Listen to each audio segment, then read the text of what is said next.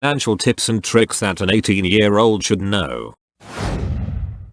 I've heard a tip that you can afford something when you could comfortably buy it twice when you only need one. Until then, you can't afford it. Alcohol and drugs and eating out are all really expensive. Save money. If you want to buy something frivolous, make yourself save twice what it costs first. It has served me well. Learn to cook simple dishes, especially with rice. It is very versatile. It might be boring but a lot goes with it and it's cheap. Pay yourself first. Save money in a bank account before buying things you want, and start saving for retirement as soon as you can. Or people who flaunt their wealth. I have guys at work who have the nicest Jordans, expensive watches, and the freshest clothes but still live in low-income housing with a car falling apart. Not that there's anything wrong with the house or car, but you really need your priorities in order before spending it on luxurious shit. Make a budget. If something costs $15.76, put it on the budget as $17. If you get paid and your check is $560, put it in as $500. Overestimate your costs and underestimate your income.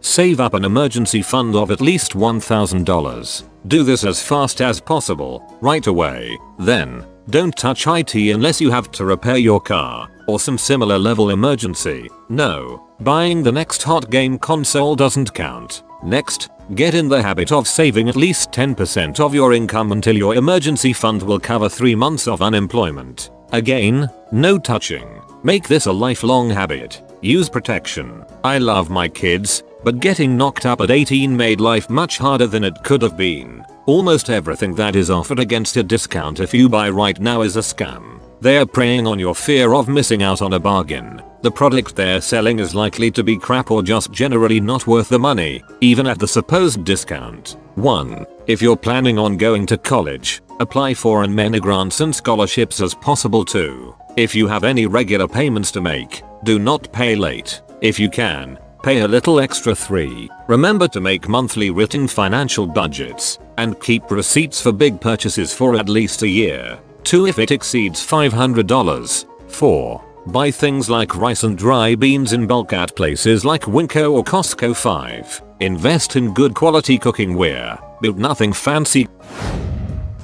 Get a credit card right now and start building credit. Just do it. Usually banks have starter cards for young people. Apply for one of those. The time value of money, even just scrimping to invest now, just 5% of your almost nothing paychecks will grow so much in the next 40 years. Take advantage of your youth and invest right fucking now. Learn to live within your means. Don't borrow money for anything unless it can make you money. Don't take a loan. Just wait, unless it is absolutely necessary for you. Learn to do taxes yourself. I know so many people who will go to H&R Block and spend $300 because they don't know how to do taxes. It's very easy and the $50 software will work just fine.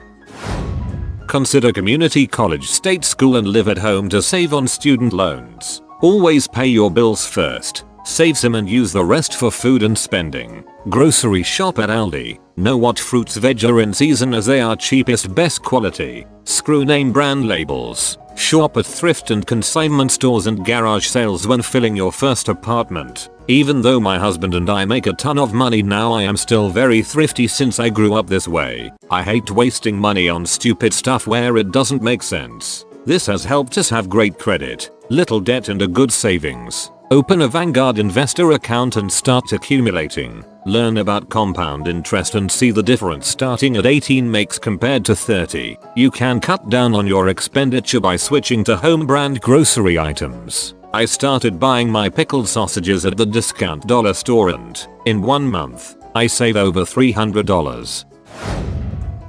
Don't assume that everything society says you should have or do is indeed necessary. Decide for yourself what your priorities are. For example, I'm 31 and I don't own a single drinking glass. It's minor, and some people might call it tacky, but I just don't care about it, so I haven't arbitrarily gone out and bought some glasses. Obviously glasses aren't expensive at all, but this habit of not buying things you aren't convinced you need adds up to saving some significant money. The difference between wealth and poverty is 10%. Save 10% of your income, and you will, over time, have plenty of money. Spend 10% more than your income, and you will always be poor. Sorry, I am not able to identify the source of this good advice. Invest in large cap index funds through your Roth IRA if you do not have 401k. Don't get credit cards if you cannot pay them off every month. Get with a bank where ATM fees are reimbursed every month.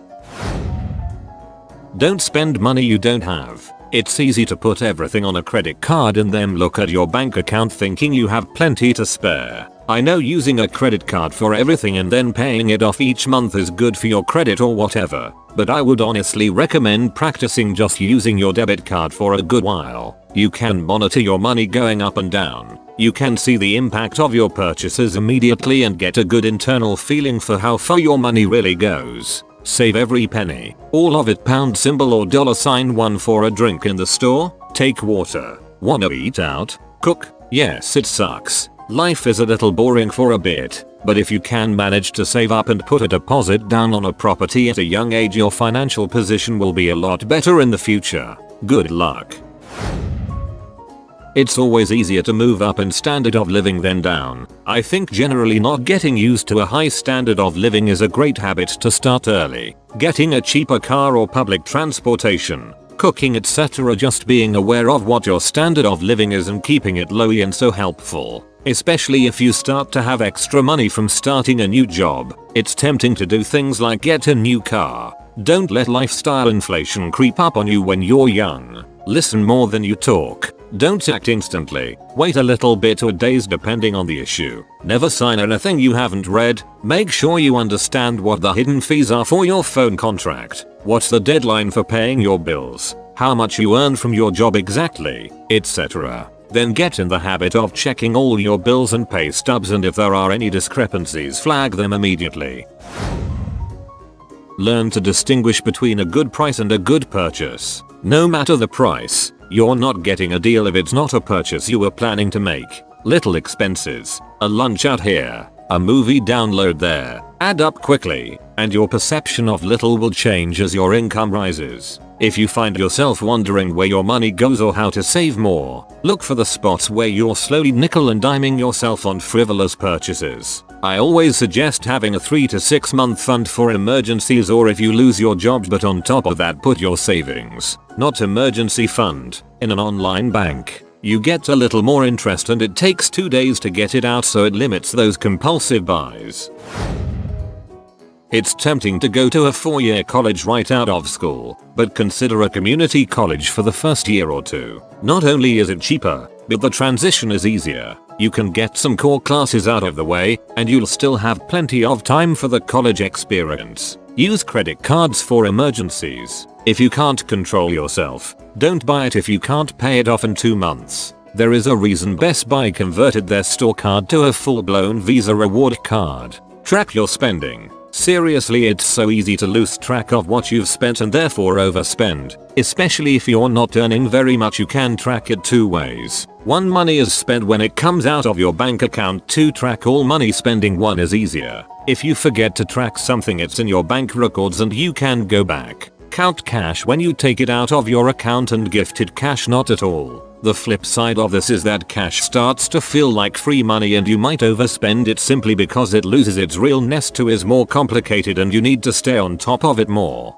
Some places don't give you a receipt with a cash purchase unless you ask, but save the trees IDK, so you have to remember what you spent where, but your cash won't start losing its realness to you, so you're less likely to be at risk of overspending. My favorite money tracking app is Money Manager. App icon is red background with a white piggy bank in the middle, which also lets you set up multiple accounts and different accounts with different currencies if you need that. I track my card payments by saving the receipts until the end of the day and doing them then. Cash payments I do straight away. Don't buy a new car.